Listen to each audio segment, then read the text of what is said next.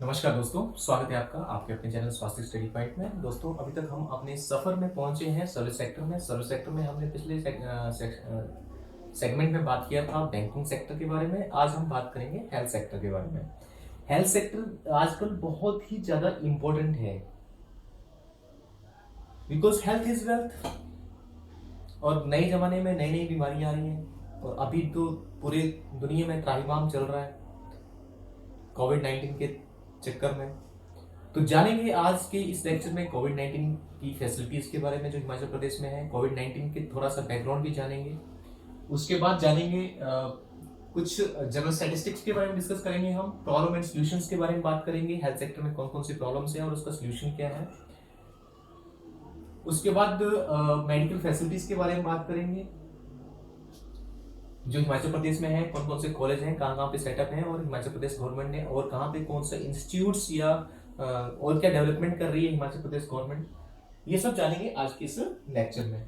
आइए दोस्तों शुरू करते हैं। अगर हेल्थ सेक्टर की बात करें तो health is directly related to the human beings. Human being की डायरेक्टली हेल्थ रिलेटेड होने से हमें कुछ डाटा जो है यहाँ पे पता होना चाहिए। जैसे कि हिमाचल प्रदेश की पॉपुलेशन 2011 के सेंसस के अनुसार कितनी है? 68.6 लाख, जो अभी बढ़कर के 74 लाख के आसपास हो गई है। ये कहाँ से पता लगता है कितने number of ration card holder हैं हिमाचल प्रदेश में, उसके बाद उसके हिसाब से। लेकिन कुछ लोग जो तो माइग्रेंट भी होते हैं, बाहर भी होते हैं। तो बेसिकली 74-75 लाख के आसपास जो ये वेरिएबल नंबर्स होते हैं, बस आपको मोटा मोटा याद रखना होता है। तो मान के चलिए कि 68.6 जो है वो लाख 2011 की जनगणना के अनुसार हिमाचल प्रदेश की पॉपुलेशन है। इसमें से ऑलमोस्ट 51% मेल है और 49% फीमेल्स हैं। इसका मतलब क्या हुआ कि यहाँ पे हिमाचल प्रदेश में भी जो सेक्स रेशो है, फीमेल सेक्स रेशो जो है वो दैट इज लेस बिलो 1000। तो अब बात करें सेक्स रेशो की, तो हिमाचल प्रदेश की सेक्स रेशो है 2011 की जनगणना के अनुसार 972 और इंडिया की है 940, जो कि इसका मतलब हुआ है कि हिमाचल प्रदेश की सेक्स रेशो इंडिया की अपेक्षा काफी अच्छी है। ठीक है, लेकिन सेटिस्फैक्टरी फिर भी नहीं बोल सकते, क्योंकि 1000 to 1000 होना चाहिए। जितने मेल हैं उतने ही फीमेल होने चाहिए, तभी तो सबकी शादी होगी, नहीं तो कैसे होगी, है ना। नहीं तो छोटी बड़ी लड़कियां होंगी। इसलिए सेक्स रेशो को मेंटेन करने के लिए ही कौन सा प्रोग्राम चलाया गया? बेटी बचाओ बेटी पढ़ाओ अभियान। बेटी बचाओ बेटी पढ़ाओ, हाँ ठीक है। उसके बाद एक और जो डाटा है बहुत ही महत्वपूर्ण है, दूसरा है child sex ratio. Child sex ratio, ये मेल फीमेल की बात कर रहे हैं, सभी तरह के चाइल्ड सेक्स रेशो, मतलब जिसमें 0 to 6 ईयर्स के चाइल्ड को काउंट किया जाता है, जिसमें हिमाचल प्रदेश का सेक्स रेशो है, चाइल्ड सेक्स रेशो है 909 और इंडिया की है 919। इसमें हिमाचल पीछे रहा है। मतलब अभी आधुनिक टाइम में देखें तो जो बच्चे पैदा हो रहे हैं वो लड़के ज्यादा पैदा हो रहे हैं और लड़कियां कम पैदा हो रही है। पर 1000 लड़कों पे सिर्फ ओनली 909 लड़कियां हैं हिमाचल प्रदेश में। तो हिमाचल प्रदेश भी किस डायरेक्शन में जा रहा है, तो ये मतलब एक विचारणीय तथ्य है। जरूरी है कि हम बेटियों की रक्षा करें, बेटियों के बारे में सोचें। They are not less than male counterparts. तो ये हमें और आपको भी सोचना पड़ेगा। हम सबका कर्तव्य है बेटियों की रक्षा करना और उनको इस काबिल बनाना कि वो अपने मेल काउंटरपार्ट के साथ बराबरी कर सके। और इस सामाजिक बदलाव की आवश्यकता है इस चीज को लेकर के। नंबर 3 पे बात करते हैं IMR और MMR की। अगर MMR की बात करें तो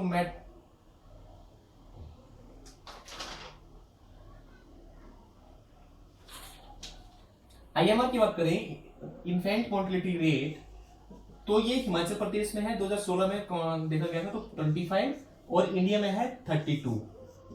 इस केस में अच्छा है। इन्फेंट मोर्टेलिटी रेट का मतलब ये होता है कि जब इन्फेंट पैदा होता है तो उस टाइम पे 1000 में कितने बच्चे जो है वो सर्वाइव कर पाते हैं, कितने बच्चे जो है वो 1000 अगर बच्चे पैदा होते हैं तो कितने बच्चे जो है वो स्वस्थ जीवित पैदा होंगे, तो वो जीवित पैदा नहीं होंगे। इन्फेंट मोर्टिलिटी रेट 25, मतलब 1000 में से 25 बच्चे जो है वो एवरेज हिमाचल प्रदेश में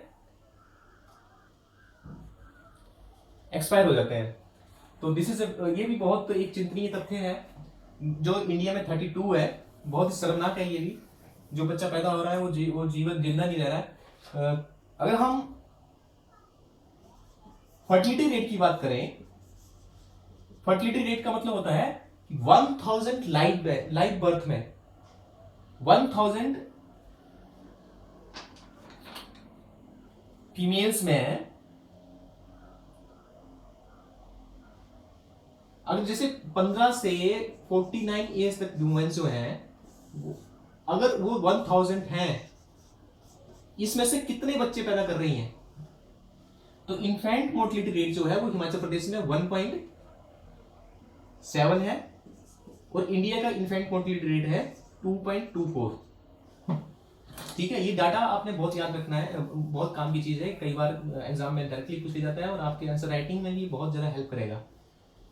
ठीक है, तो इन्फेंट जो फर्टिलिटी रेट जो है 1000 वुमेन कितने बच्चे पैदा कर पाती हैं एक साल में, तो हिमाचल में 1.7 है ये एवरेज और इंडिया में 2.24% है। तीसरी बात करते हैं इस फर्टिलिटी रेट के ही जैसा होता है एक क्रूड बर्थ रेट। लेकिन फर्टिलिटी रेट में जैसे हमने बात किया था कि ये एज स्पेसिफिक होता है, 15 to 49 एज है, लेकिन ये एज स्पेसिफिक नहीं होता है। ठीक है, और लेकिन ये जियोग्राफी स्पेसिफिक होता है, एक पर्टिकुलर एरिया में कितना है। ये थोड़ा सा डिफरेंस जो है वो क्रूड बर्थ रेट में और फर्टिलिटी रेट में है। लेकिन ज्यादातर अच्छा जो डाटा माना जाता है अच्छे स्टैटिस्टिक्स के लिए फर्टिलिटी रेट को ही यूज किया जाता है। अब बात करते हैं मोर्टिलिटी रेट की। मोर्टिलिटी रेट मतलब 1000 पर्सन्स में कितने लोग जो है वो पर ईयर एक्सपायर हो जाते हैं, मर जाते हैं। वो है हिमाचल प्रदेश में 6.6% और इंडिया में है 12.5%। ठीक है, तो ये डाटा जो था बहुत महत्वपूर्ण है ये जानना कि कहां पे कितना क्या क्या है प्रॉब्लम एरिया है। यहाँ पे आपको प्रॉब्लम एरिया का दिख रहा है, प्रॉब्लम एरिया सेक्स रेशियो कम है, हालांकि इंडिया से अच्छी कंडीशन है। चाइल्ड सेक्स रेशियो तो और भी कम है 909, जो इंडिया से भी कम है। ये बहुत ही ग्रीन जोन है, रेड जोन है बेसिकली। और इन्फेंट मोर्टिलिटी रेट 25 है, this is very high, it should be much below this. और फर्टिलिटी रेट जो है वो 1.7 है, this is average, this is fine, कोई प्रॉब्लम नहीं है इसमें ज़्यादा। और लेकिन इसका टारगेट क्या है आप मुझे बताएंगे, फर्टिलिटी रेट को हेल्थ पॉलिसी के ने क्या टारगेट रखा है कि इसको फर्टिलिटी रेट को कितना लेके आना है। और मोर्टिलिटी रेट जो है वो 6.6% है। These are not highly concern, but ये जो तीन डाटा है sex ratio, child sex ratio और आईएमआर, सेक्स रेशियो भी चाइल्ड सेक्स रेशियो के ऊपर डिपेंड करती है क्योंकि यही जो बच्चे हैं आगे जाकर के एडल्ट बनेंगे। तो सबसे ज्यादा जो चिंतनीय तथ्य हैं वो चाइल्ड सेक्स रेशियो और आईएमआर है। अब इन दो चीजों के पीछे जो फैक्टर रिस्पॉन्सिबल माने जाते हैं वो सबसे बड़ा फैक्टर रिस्पॉन्सिबल माना जाता है माल न्यूट्रिशन। बच्चे मर के जाते हैं क्योंकि या तो उनकी माँ कमजोर होती है या फिर उनके जो बच्चे पैदा होते हैं वो कमजोर होते हैं। और चाइल्ड सेक्स रेशियो का कम होने का कारण ये है कि लड़कियों के प्रति अपैथी, अलगाव, कि लड़कियां अच्छी नहीं होती हैं। एक मानसिकता जो बनी हुई है, सामाजिक मानसिकता जो बनी हुई है, उसके चक्कर में लड़कियों को ज्यादा तवज्जो नहीं जाती है। लेकिन जिनको ऐसा लगता है कि लड़कियां कुछ नहीं कर सकती हैं, उनको ये जानना चाहिए कि आज लड़कियां हर क्षेत्र में आगे जा रही हैं। और आज ही नहीं, पहले से झांसी की रानी सबसे बड़ा उदाहरण हमारे सामने है। और आधुनिक समय में देखें तो शिवांगी एयरफोर्स जो नेवी में पायलट बनी है अभी, और उसके बाद कल्पना चावला, कितने नाम जो है वो अभी हम ले सकते हैं। और आज आपके आसपास में ही कितनी लड़कियां होंगी जो आईएएस ऑफिसर, टीना डोबी, शुक्ला, अपराजिता चंदेल, ये सब जो है बेसिकली बहुत मतलब होनहार लड़कियां हैं। जिन्होंने अपने समाज का नाम रोशन किया है और उन्होंने ये सिद्ध किया है कि हम किसी अपने मेल काउंटरपार्ट से कम नहीं है। तो इस मानसिकता को जो है वो बदलने की आवश्यकता जरूर है। अब दूसरी बात आती है इन्फेंट मोर्टिलिटी रेट। तो इन्फेंट मोर्टिलिटी रेट को कम करने के लिए जरूरी है कि गर्भवती महिलाओं के स्वास्थ्य की सुरक्षा की जाए, जो गर्भ में बच्चा है उसके स्वास्थ्य की रक्षा की जाए और इंस्टीट्यूशनल डिलीवरी को प्रमोट किया जाए। ये सब प्रमोट करने के लिए सेंट्रल गवर्नमेंट ने मातृबंधु योजना, उसके बाद पीएम सुरक्षित मातृत्व अभियान, ये सब योजनाएं चलाई। पीएम सुरक्षित मातृत्व अभियान जो है, पीएम सुरक्षित मातृत्व अभियान, इसका काम है जो लोग हॉस्पिटल जाने से कतराते हैं, डरते हैं या जाना नहीं चाहते हैं, उनको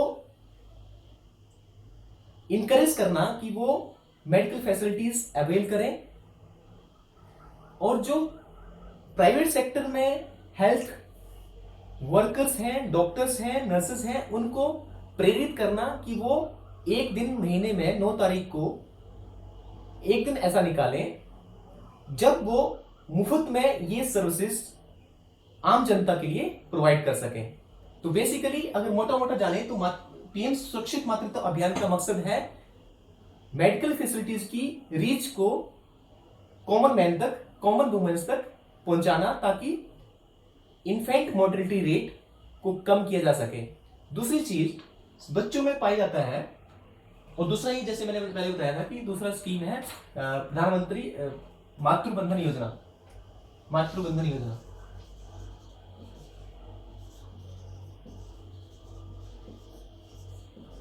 जिसमें 5,000 रुपीज दिए जाते हैं अगर आप इंस्टीट्यूशनल डिलीवरी करवाते हैं, उस 3 इंस्टॉलमेंट्स में। अगर आप गवर्नमेंट हॉस्पिटल्स में या गवर्नमेंट इम्पेनल्ड हॉस्पिटल्स में डिलीवरी होती है तो वहां पे ये अमाउंट जो पे किया जाता है, कुछ अमाउंट जो होता है वो डिलीवरी से पहले पे किया जाता है और कुछ अमाउंट जो होता है वो डिलीवरी के बाद पे किया जाता है। ठीक है। तो अब दूसरी प्रॉब्लम आती है माल न्यूट्रिशन की। तो माल न्यूट्रिशन से निपटने के लिए सबसे जो मुख्य प्रोग्राम है वो है पोषण अभियान। पोषण अभियान के तहत अनीमिया से लड़ने के लिए पोषण अभियान के तहत क्या होगा, एक तो फोर्टिफाइड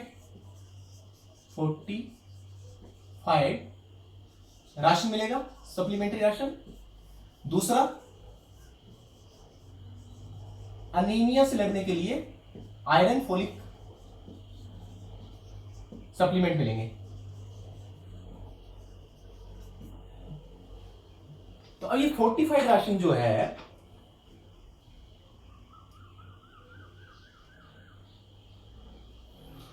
फोर्टिफाइड राशन देने के लिए एक प्रोग्राम है जिसका नाम है बाल पोषाहार टॉपअप योजना। बाल पोषाहार टॉपअप योजना। ये बजट में अनाउंसमेंट किया है इसको, बजट 2019-21 में। इसमें क्या होगा कि supplement existing with extra nutrition, जो अभी आईसीडीएस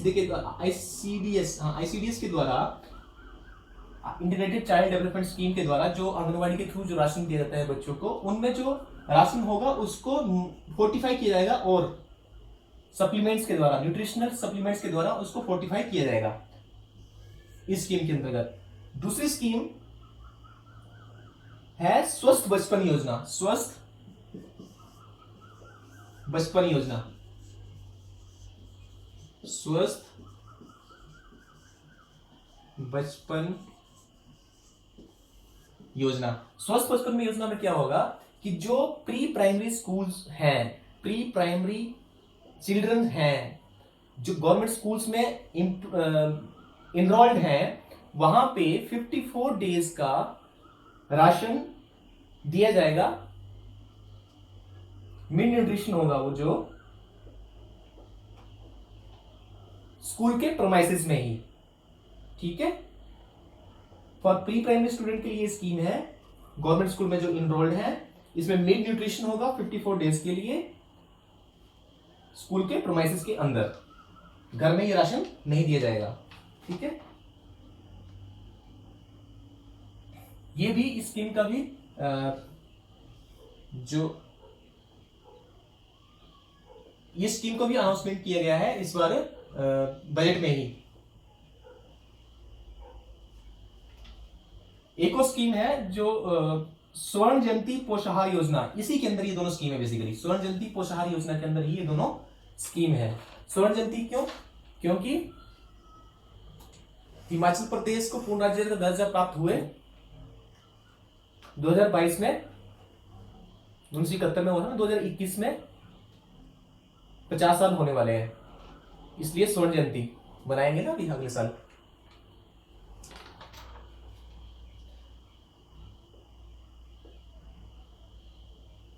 तो अभी हमने, और एमएमआर से बचने के लिए, एमएमआर भी हाई है,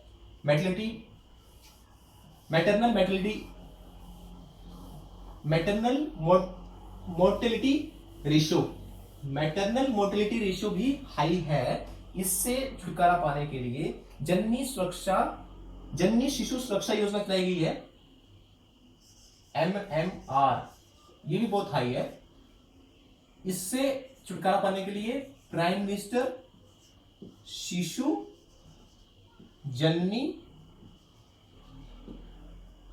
सुरक्षा योजना,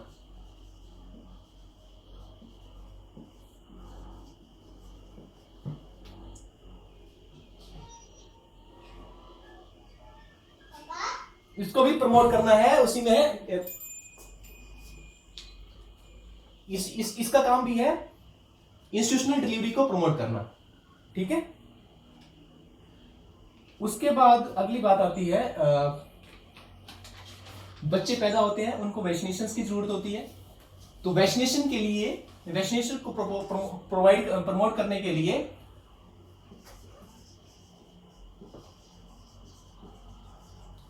इंद्रधनुष स्कीम है, इंद्रधनुष।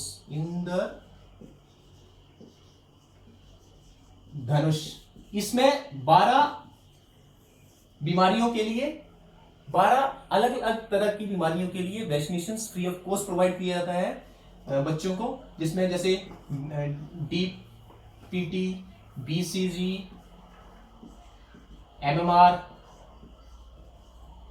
तो इस तरह की बीमारियां हैं जो जिनको इंद्रधनुष स्कीम के अंदर फ्री में वैक्सीनेशन प्रोवाइड किया जाता है। पोलियो की प्रॉब्लम से बचने के लिए ओपीवी है, ओरल पोलियो वेक्सीन्स, ठीक है। ब्रेस्ट फीडिंग को प्रमोट करने के लिए मदर एब्सोल्यूट अफेक्शन 2016 में लॉन्च की गई थी।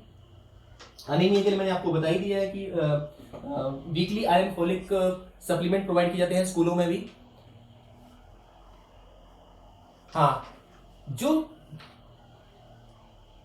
किशोरियां होती हैं, जब वो मासिक धर्म उनको आने लगता है तो उनको सबसे बड़ी समस्या होती है मेंस्ट्रुअल हाइजीन की। इसको मेंस्ट्रुअल हाइजीन को प्रमोट करने के लिए हिमाचल प्रदेश गवर्नमेंट ने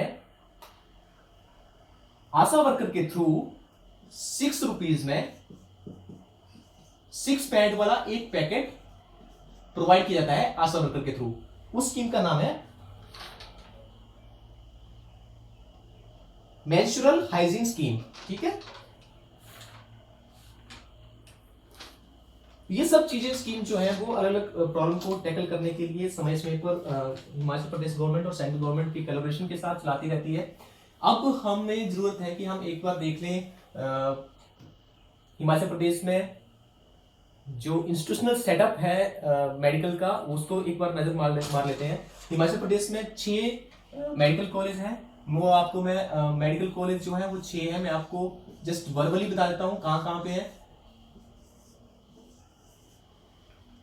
एक है IGMC शिमला, दूसरा है doctor Rajendra Prasad government medical college, Tanda medical college भी बोलते हैं उसको, कांगड़ा में। Radha Krishnan government medical college Hamirpur में, अभी हाल ही में लॉन्च हुआ है 2 साल पहले। YS Parmar medical college Nahan Sirmaur में, वाईएस परमार सिरमौर से ही बिलोंग करते हैं तो सिरमौर में वाईएस परमार के नाम से मेडिकल कॉलेज है। लाल बहादुर शास्त्री मेडिकल कॉलेज नेरचौक मंडी में,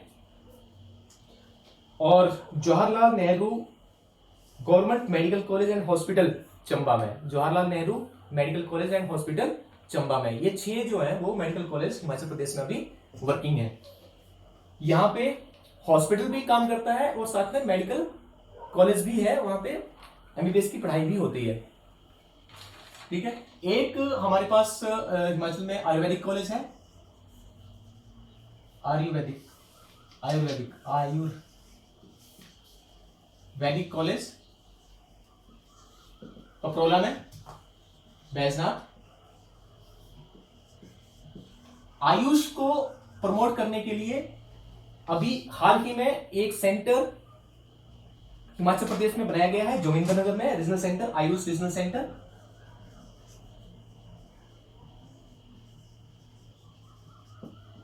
जोगिंद्रनगर,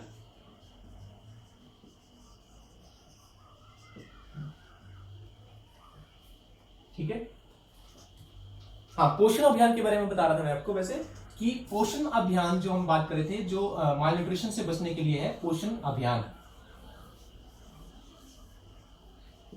पोषण अभियान में 3 तरह पे 3 ब्लॉक्स को चिन्हित किया गया है। 3 ब्लॉक जो है वो उनको चिन्हित किया गया है, जहां पे अनीमिया का केस जो 0 करने हैं, वहां पे सप्लीमेंट्स प्रोवाइड किए जाएंगे और हर जगह चेकिंग की जाएगी। तो वो 3 ब्लॉक कौन कौन से हैं? एक है बंगाणा में, बंगाणा उन्ना में आता है। दूसरा है भोरंज में, भोरंज हमीरपुर में है। और तीसरा है तीसा चंबा में है। यहां पे प्रॉपर मॉनिटरिंग की जाएगी और प्रॉपर सप्लीमेंट प्रोवाइड किए जाएंगे, ताकि वहां पे कोई भी केस माल न्यूट्रिशन या अनीमिया का ना रहे। ठीक है,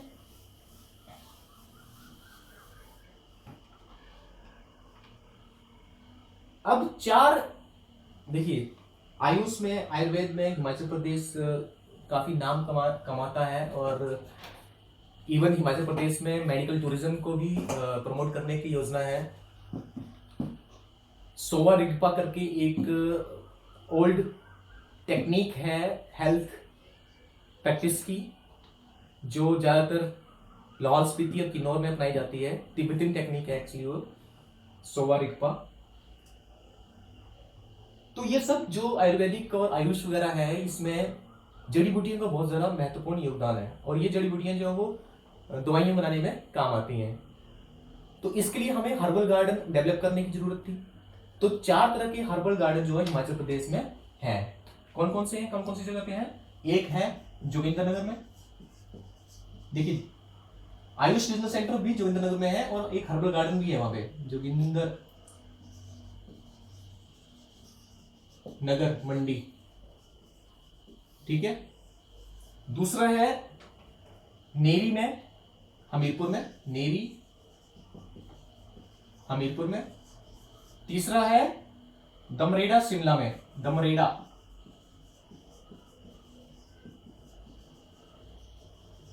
शिमला। और चौथा है जांगल झलेड़ा बिलासपुर, जांगल झलेड़ा बिलासपुर। ठीक है, ये 4 जगह पे, अलग अलग जगह पे हर्बल गार्डन को भी प्रमोट किया जा रहा है, ताकि हम आयुर्वेद को भी प्रमोट अच्छी तरह से कर सकें, और आयुष में भी इसका काफी ज्यादा योगदान है। ठीक है, तो I think we have completed everything. हाँ, लास्ट में आजकल जो दौर चल रहा है, बहुत ही खतरनाक, बहुत ही कष्टदायक, वो है कोविड का दौर। कोविड मतलब कोरोना वायरस। कोरोना वायरस एक ऐसा वायरस सामने आया जिसकी वजह से हिमाचल प्रदेश ही नहीं, पूरा इंडिया 23 मार्च के बाद से लॉकडाउन से ग्रस्त है, और बहुत ही दयनीय स्थिति पर पहुंच गए हैं सभी। इसकी दवाई का कोई भी अंतर प्रबंध नहीं हुआ है, हालांकि प्लाज्मा थेरेपी जो है वो काफ़ी कारगर साबित हो रही है। लेकिन अब इससे बचने के लिए सबसे पहले हमारे लिए जरूरी है, जो मुझे एक कहावत याद आती है, prevention is better than cure, nothing more than that. तो मेरी भी आपसे यही गुजारिश रहेगी कि आप भी अपने आप को बचाएं,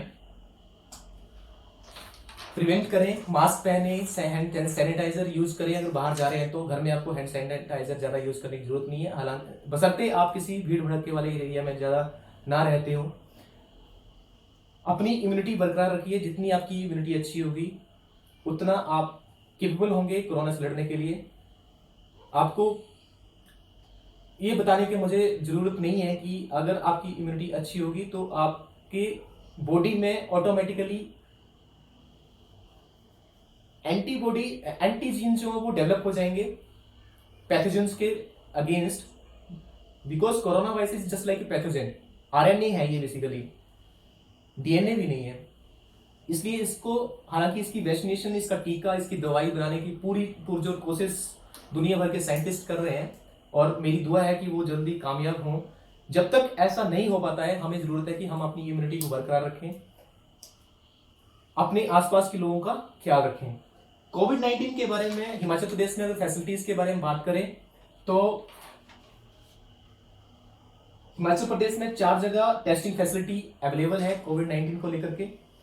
आईजीएमसी शिमला में, टांडा मेडिकल कॉलेज कांगड़ा में, नेरचौक मंडी में, और सेंट्रल रिसर्च इंस्टीट्यूट सोलन में, कसौली में बेसिकली। ठीक है, तो ये छोटी सी इन्फॉर्मेशन जो कोविड-19 को लेकर के थी, और मैं नहीं चाहूँगा अपने दिल से कि ऐसी कोई इन्फॉर्मेशन एग्जाम में पूछी जाए। हालांकि एक जनरल नॉलेज के जरिए के तौर पर हमें ये पता होनी चाहिए, लेकिन यहाँ पे याद रखिए, prevention is much better than cure, क्योंकि क्योर भी उसी चीज का किया जा सकता है जिसका दवाई अवेलेबल हो। अपना ख्याल रखिए, पढ़ते रहिए और बढ़ते रहिए। धन्यवाद।